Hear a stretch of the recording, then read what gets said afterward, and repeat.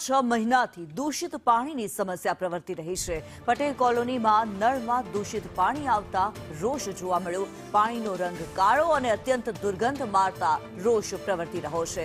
દૂષિત પાણીને લઈને રોગચાળાનો પણ ખતરો તોળાઈ રહ્યો છે। હાલ સ્થાનિકો બહારથી પાણી લાવી પીવા માટે મજબૂર બન્યા છે।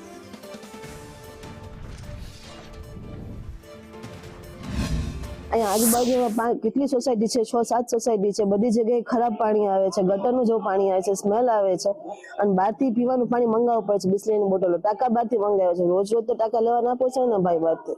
એટલે પ્લીઝ આ શરદી ઉધરસ તાવ બધા ગંદા ખરાબ પાણી પીને માંદા પડ્યા છે અહીંયા। એટલે પીવાનું પાણી અમે બહારથી મંગાવીએ છીએ। ઓલું બહારથી પછી ટાંકા મંગાવતા, પછી અઠવાડિયું 10 દિવસ પાણી હાવ બંધ થઈ ગયું, તો આવતું જ નહોતું। तो अँ 200 થી 250 संख्या जेवा घर हशे। तो गंदू पाणी आवे छे तो अँ अमारा टेनामेंट में नाना नाना बाळको पण छे। तो जल्दी पगला ल्यो प्लीज અને જલ્દી અમને પાણી સારું આપો। એને લીધે અત્યારે મોટાને પણ અમારે તાવ ઉલટી અને અહીંયા અમારા ટેનામેન્ટમાં કિડની પેશન્ટ કેન્સર પેશન્ટ એવા પણ અહીંયા રહે છે। તો જલ્દી પગલાં લ્યો પ્લીઝ।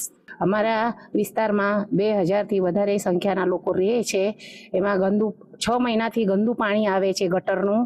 તો એના માટે કંઈ પગલાં ભરવા હું રજૂઆત કરું છું।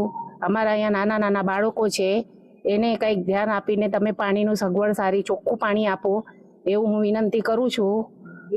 અમે અહીંયા બધા બીમાર પડ્યા છે, એના માટે અમે બિસ્લેરીની પાણી ઘરેથી વાપરીએ છીએ પૈસા ખર્ચો કરીને।